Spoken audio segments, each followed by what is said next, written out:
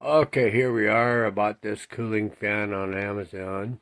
Um, it's the product works great. Like it blows really nice, cool air.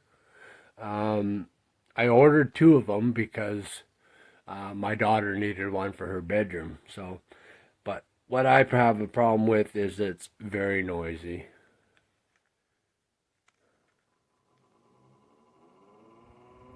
Okay, so I ordered two of them and they're both the same.